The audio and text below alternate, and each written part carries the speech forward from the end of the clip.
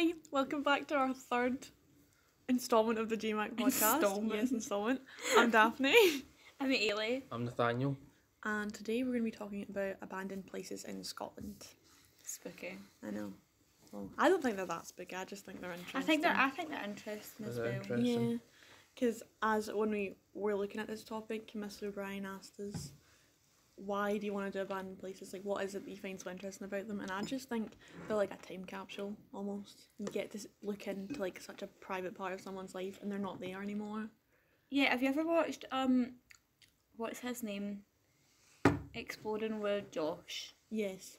That's who I'm aiming to be today. And there's some amazing places, like, I've watched one where they went to, like, an abandoned drug dealer's mansion. I like that one. I know what one you're talking about. Yeah, that one's quite good. And there's other ones, like, I can't remember. Abandoned theme parks. Abandoned theme parks. They're my favourites. They're my favourite, yeah. I grew up watching Adam, though. I'm exposing myself. Going to, like, Six Flags and stuff. But no, this is specifically Scotland we're going to be talking about today. So maybe a bit less interesting. Most of it's just abandoned castles, but we've managed to pick out a couple of vaguely unique ones. So we're going to be talking about Botanical Gardens train station, which I had no idea existed up until now. Me neither. Lennox Castle, that fills the castle asylum category. Loudon Castle theme park, and what is the name of this? St. Peter's Seminary. Oh, I was about to call it St. Paul's Seminary, but I know. Alex called it St. Paul's in his Instagram post, and it confused me. Oh well, easily confused. Thanks, Daphne. What should we start with? I mean, I'll start with the train station. Okay. Because that's an interesting one for me personally, because I didn't know it actually existed. So it was opened in 1896, and it was part of a railway line that's now closed completely. Yeah. So it closed between the 1st of January 1917 and the 2nd of March 1919. Yeah, was it not like the second station to be shut on that line or something? I think when it closed permanently? I don't really know. Anyway, it closed permanently in 1939, and the whole line was closed in 1964, so it must have been quite early. That took a while I know. to completely close. 1917 all the way up to 1964. 1939. Oh, sorry. They actually shut 1939. Okay, continue. So there was like a building above it, like the actual like station part of it, and when it closed, they changed it into like a nightclub, a plumber shop, and let's get this in there, a popular cafe, not just a normal one, called the Silver Slipper. But then in 1970 it was destroyed by fire, which is very depressing. No one was injured. I don't know why this is necessary, but the cafe owner's German Shepherd dog had died. That's the saddest part. That is actually the saddest part of this whole podcast. Like if you cried. So it's still there. You can. The platforms are still underground. Obviously, you can't see the building anymore because of the fire. But you can still see from above through the open air vents of Botanic Gardens, and you can still see the floor of the building, and it's in a fenced off section of the garden. So you can still get there, but there's not much left. And they were going to turn it into something. I don't know what they were going to do with it, but there was plans and then they scrapped them. So currently there's not anything going on with it. It's a shame. They always have plans for these kind of places and nothing ever happens. I know. But then a lot of the plans are just like, well, maybe not for a train station. Not for a train station, but if it's a building, sometimes they're just like, turn it into flats. Yeah, that's always a go-to. Like one of the other ones we're looking at, what was it called again? The one in Glasgow. Gartlock. Gartlock. What's Gartlock? I don't know. Gartlock was a mental hospital, and then they turned it into half of it into flats. I don't think I'd live in an asylum if you paid me. Well, it was an abandoned asylum. Yeah, but just think about what went on in there. But like even more locally, you've got DL. I wouldn't live there. I wouldn't live in DL house either. No, see the stories. I did a project on that in like P5 or something, and we went down, and it's just a creepy place. There's nothing there. and like people live in that house, and there's like 3 ghost stories about it. There's 3 separate ghosts that just. Yeah, Yeah. I wouldn't live in DL House either. That's probably the worst one.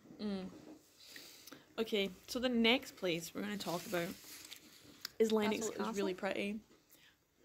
Obviously quite gothic because it's not a castle. So I didn't have any idea about this, but it's massive. And it was, as I said, mental hospital. So the castle was built in the 1830s, but they decided to transform it in 1925. So it was Glasgow Council that decided to use it as a hospital, as a lot of these old houses were turned into back then. It was refurbished and it finally opened as the hospital in 1936. It was known as the biggest and best equipped mental hospital in the whole of the UK, many believing it was built ahead of its time. That doesn't make any sense to me because it's a castle that from like centuries ago. So when you say that a mental hospital in that time period is well equipped, it's a bit worrying.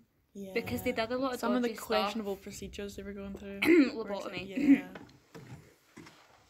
Yeah, and then okay, so it cost an estimated £1 million to build, and could hold up to 1,200 patients. There were separate dormitories for male and female patients, and they held about 60 people in the 2 wards.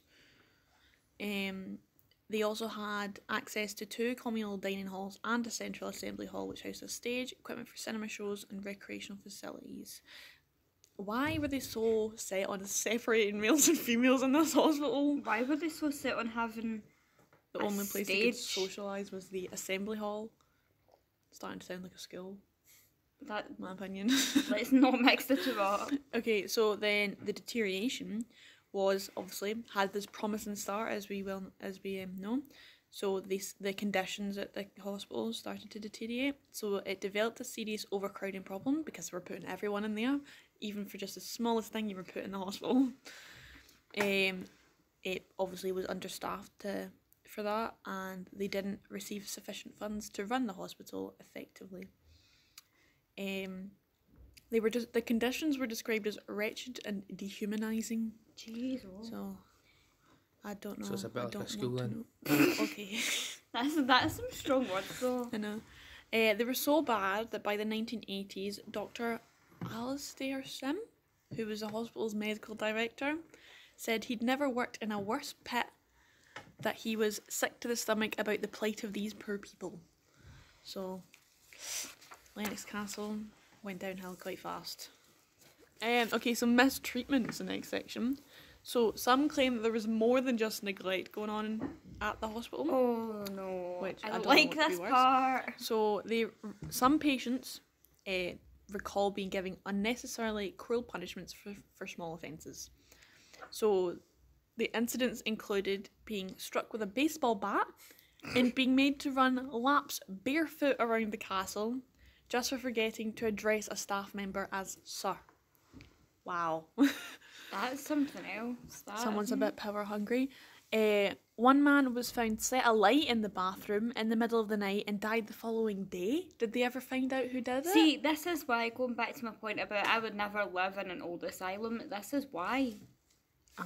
These people have surely got some kind of grudge against these people, setting them on fire. Mm-hmm. Another one was seriously injured when a nurse threw a scalding cup of tea on him, while a heart attack brought on by severe distress while being physically restrained resulted in another patient's death. I just made direct eye contact with Sophie and her tea right as you said that. Please don't throw your tea over me, So Sophie. that's some very obvious reasons as to why it went downhill. I don't think these would not have been published at the time, though. Obviously not. Definitely not. That would completely have destroyed the hospital at a much faster rate than it already was going downhill. So closure.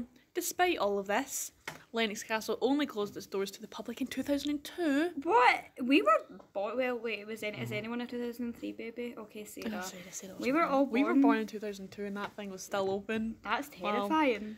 Well, obviously, since then it's lay abandoned because I don't think anyone wants it. Bit expensive upkeep. Since then, the eerie site has lain empty, and the buildings have rapidly deteriorated. The formerly grand Lennox Castle is now a crumbling shell. You can go visit it, can you not? Can you get Obviously, in? I don't know if it's necessarily legal, but that's not what many urban explorers care about. What about urban explorers now, yeah, Daphne? No, I didn't say we were urban explorers. I just said people that have filmed it. I know, but There's our a fake- teacher's been to it apparently. So breaking the law, but I mean, for a good reason. I know. I really... Can Just we have jump like an... over the On a, fence. I mean, we could have A technically... vlog? Oh, we could do a vlog. Technically, it's not a Lennox school. Castle. Technically, it's not a school trip if it's not during the school day and the school don't have anything to do with it. It's like an unofficial needs to school know. trip. Exactly. Okay. And the next place Nathaniel's going to talk about. Another castle. Oh, well, Well, no, this no, is no. not a castle. Loudon Castle. It's Theme not a park. castle. It's a theme It's a park, theme but- park. It's centred around the castle. It's called yeah. a castle. Okay, so you can continue. So Loudon Castle was a theme park, and it was one of Ayrshire's biggest attractions in the 1990s. It first opened in 1995, and it was built on a site of a ruin. It was named after a 19th century country house which was known as the Windsor of Scotland, as it was very grand and expensive. However, the house suffered a massive fire in 1941, just before it was due to be leased to the War Office as a military headquarters. A lot of them were like that. Were they? Yeah. Daphne's one minute of history now. They were all given to like the military as like hospitals and stuff. DL house. Why does That was everything come awesome. back to DL House for you? I don't know, because that's just the most local thing I can think of. We have a whole priory, Daphne. Oh god, don't give me that. I'll put the prior at the back of my mind since that's We actually did take a school trip to the priory, fun fact. Sorry, you can continue. And it was sadly too far gone to be restored, so it had to be left to rot and be in a ruin.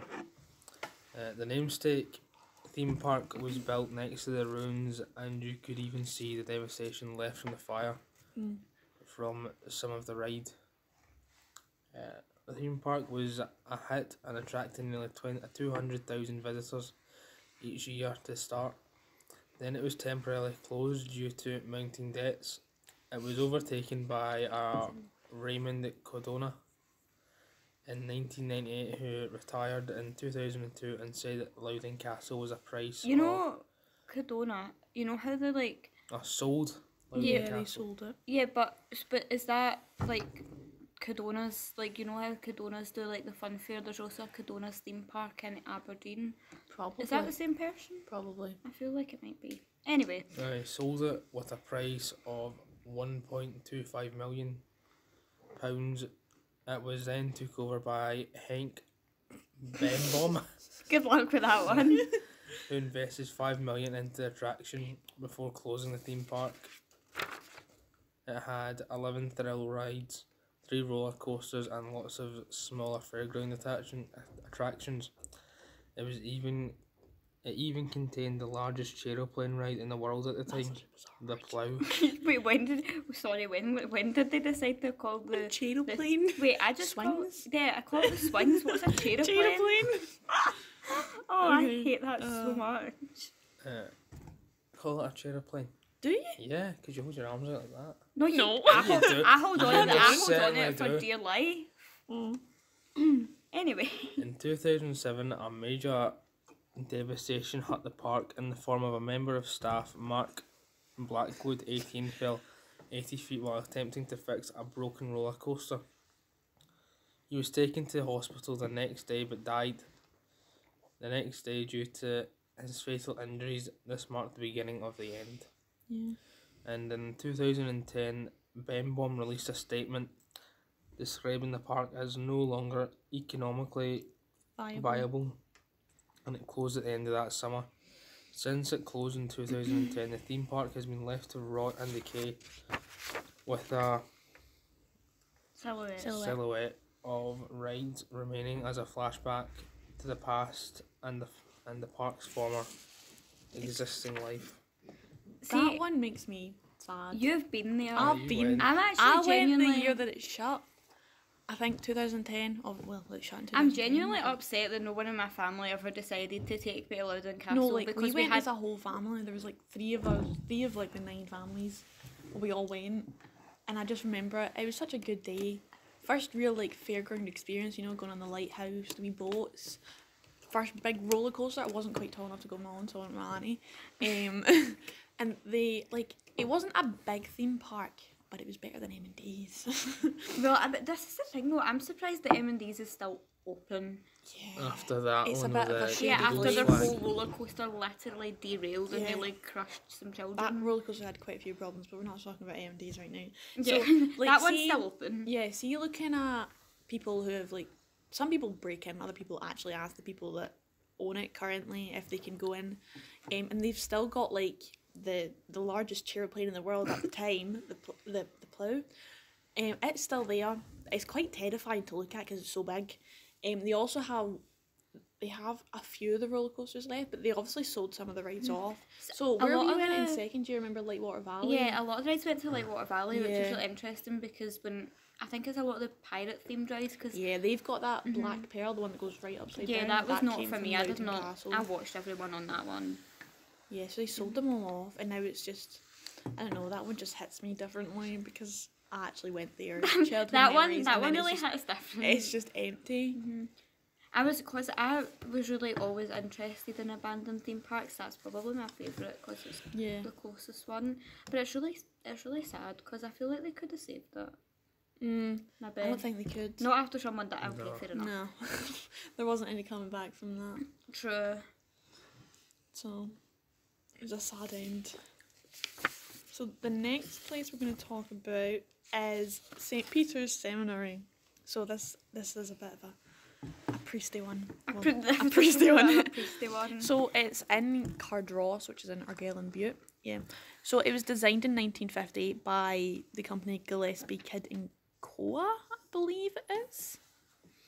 But by the time it was completed in 1966, the Roman Catholic Church had decided to change the way that they wished priests to be trained. So originally, like, they had seminaries and colleges so they could be trained in isolation, but now they wanted them to work in communities, like kind of work experience type thing. Priest work So experience. the purpose of it, the college became completely redundant almost. There was also a decrease in church attendance in Scotland, and a decrease in people that actually wanted to become priests. So, like, at the time, it was meant to house and train 100 priests, but by the 70s, there was only about 20. But there was actually a video I was watching when I was researching this, and it looks back, it, like, kind of compares what it looks like now, and videos from, like, masses in it in the 70s, and it's so different, obviously because it's abandoned, but there was literally, like, 5 priests in the background, and I'm like, that's sad.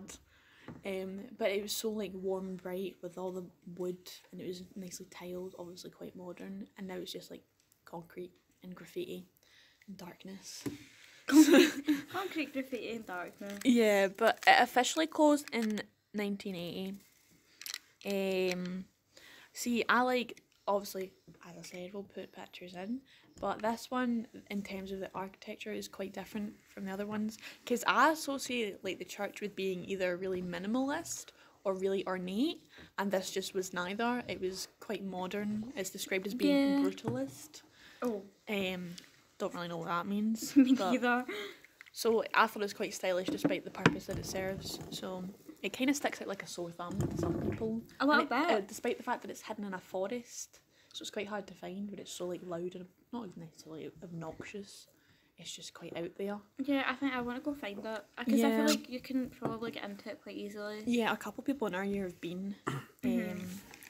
So it's currently, like, an A-listed building, so it can't be demolished, but it's kind of just been left there to rot. But there have been plans recently to, like, fix it, and I'll get to that in a minute about what they've been doing. But originally it was St. Peter's Seminary in Bearsden, but there was a fire in 1946, so they had to relocate, and so they decided that they were gonna kind of centre it around Kilmahue House in Cardross, which is kind of, it's not there anymore because there was also a fire. A fire seems to be the death of a lot of these places. Actually, it's really It's quite sad. So, obviously, another reason that it shut down was the design. It wasn't the best for Scottish climate. When it was, like, heavy rain, it revealed there was 53 leaks throughout the whole place. You which is think if they obviously quite spent a that lot. much time building it I and, like, know. making it look pretty, you'd at least make It sure would there actually- wasn't holes in the roof. Exactly. And then it was far too expensive to run and repair. Not enough priests, so they just shut it down. Which is sensible way to go about it, despite the fact that it was a massive waste of money in the first place. It reopened in the late 80s as a drug rehabilitation centre, but they mainly used Kilmahue House because it was in better condition. So i.e. no holes in the roof. yeah, there's no holes. But there was a fire shortly after that in Kilmahue House in 1995, so there's no like focal point to it, so it was just kind of like, because the way it's shaped, Kilmahue House was in the centre and then the seminary was like kind of round it at one side. But now that was gone, there's no like focal points. I think it makes it look kind of like stranded, lost almost in between all the greenery. It also received the RIBA, R-I-B-A. I don't know if it's RIBA or R-I-B-A. It received the Architecture Award in 1967, despite the mixed opinions on how it looks.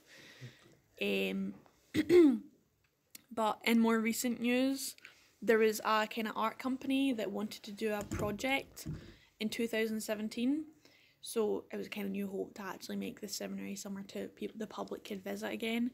And there's some really cool pictures of it. It's like they kind of put like lights in the arches, like neon lights, and they've got like glow in the dark graffiti paint, and there was like sound. It was a sound and light display or something, and that attracted quite a lot of visitors because they did tours. But the event soon after that, obviously you can only go to that place so many times before it gets boring. Yeah. So funding kind of dried out and they stopped, the project shut down. But unfortunately there's really little hope for anything being done to it because they've kind of left it to the Catholic Church, but the Catholic Church don't have enough money. They said they need to rely on public funding. But the government stated last year that it would take about £13 million over the course of 20 years to make the seminaries even just safe for the public again. And Historic Scotland also stated that it wanted to make the seminary a curated decay.